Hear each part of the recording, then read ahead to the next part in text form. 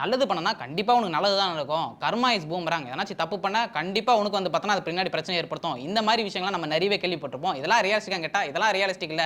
உண்மையான ரியலிஸ்டிக் என்னன்னு தெரியுமா? அப்படின்னு கேட்கிற மாரி தான் ஒரு படம் இருந்ததுங்க. ஸோ அந்த படத்துல என்ன மேட்டர்னா வந்து ஹீரோ நல்லவனா இருப்பாரு, நேர்மையா இருப்பாரு. ஆனா அவர் சுத்தி இருக்கிற எல்லாருமே வந்து பார்த்தனா கெட்டவனா இருப்பாங்க. அவர் வந்து ஒரு டைரக்டர் ஆகணும், ஒரு ஹாரர் மூவி எடுக்கணும்னு தான் அவரோட கனவா இருக்கும். அதுக்காக பயங்கரமா உழைச்சு கதைலாம் ரெடி பண்ணுவாரு. ஆனா அந்த கதைய இன்னொருத்தன் திருடி வந்து பார்த்தனா அவன் படம் பண்ணிட்டு போயிடும். அந்த படம் சூப்பர் டூப்பர் ஹிட் ஆயிடும். சரி ஓகே அப்படிதான் நடந்துச்சு. இன்னொரு படமாச்சும் பண்ணலாம்னு சொல்லிட்டு இன்னொரு படம் ட்ரை பண்ணுவாரு. அந்த படத்தோட எண்டிங் வந்து பார்த்தனா வேற ஒரு படம் வந்து அந்த படம் சூப்பர் ஹிட் ஆயிடும். மறுபடியும் அந்த படத்துல இந்த படத்த டிராப் பண்ணுவாரு.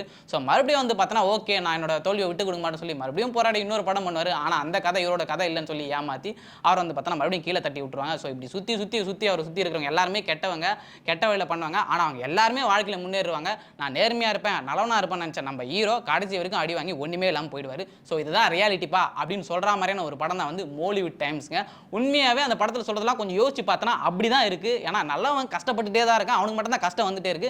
கெட்டவன்லாம் சந்தோஷமா வாழ்ந்துட்டு தான் இருக்கான். அவன் எப்பதான் வந்து பார்த்தனா கஷ்டம் வரும், கெட்ட வரும்லாம் நமக்கு தெரியல. ஆனா வாழ்ற வரையும் சந்தோஷமா வாழ்ந்துட்டு இருக்கான். இதான்ப்பா ரியலிஸ்டிக் அப்படி சொன்ன ஒரு படம் தான் வந்து மோலிவுட் டைம்ஸ். ஸோ கண்டிப்பா இந்த படத்த பாருங்க. உங்க எல்லாருக்குமே பிடிக்கும். நேஸ்லின் இந்த படத்துல நடிச்சிருப்பாரு. ரொம்ப நல்ல படம். நீங்க கண்டிப்பா அத பார்த்துருங்க. மிஸ் பண்ணிடாதீங்க.